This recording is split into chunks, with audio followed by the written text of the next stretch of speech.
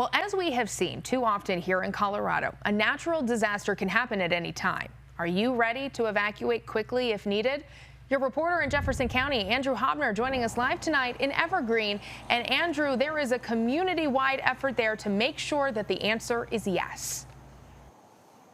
Evergreen's like a lot of mountain communities in the sense that as more people move in, the infrastructure is still trailing behind. And the question of what to do during an evacuation is one on the minds of many. So Evergreen Fire and Rescue is trying to alleviate that, holding a workshop on Thursday night to teach everyone what they need to do should disaster strike.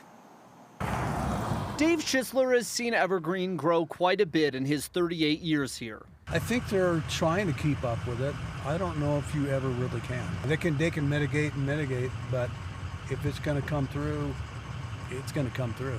And knows that more people can mean more chaos in the middle of an emergency. I think everybody needs to know what they need to do, but you can't make people do stuff they don't want to do either.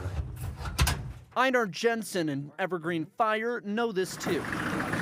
So on Thursday, they'll be hosting the second of 3 workshops this year to be able to educate the public. The Quarry Fire, Stone Canyon, Alexander Mountain, all the fires on the western slope have shown us again and again and again that evacuations are possible.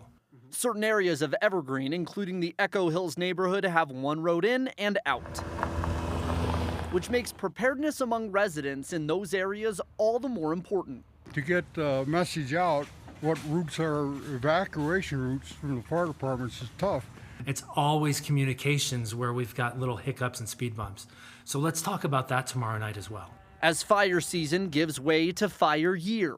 Could be any number of reasons why a neighborhood needs to evacuate. Let's talk about it, let's practice, let's implement so that we can all be safer. It's critical to know how or what your options are when it's time to evacuate.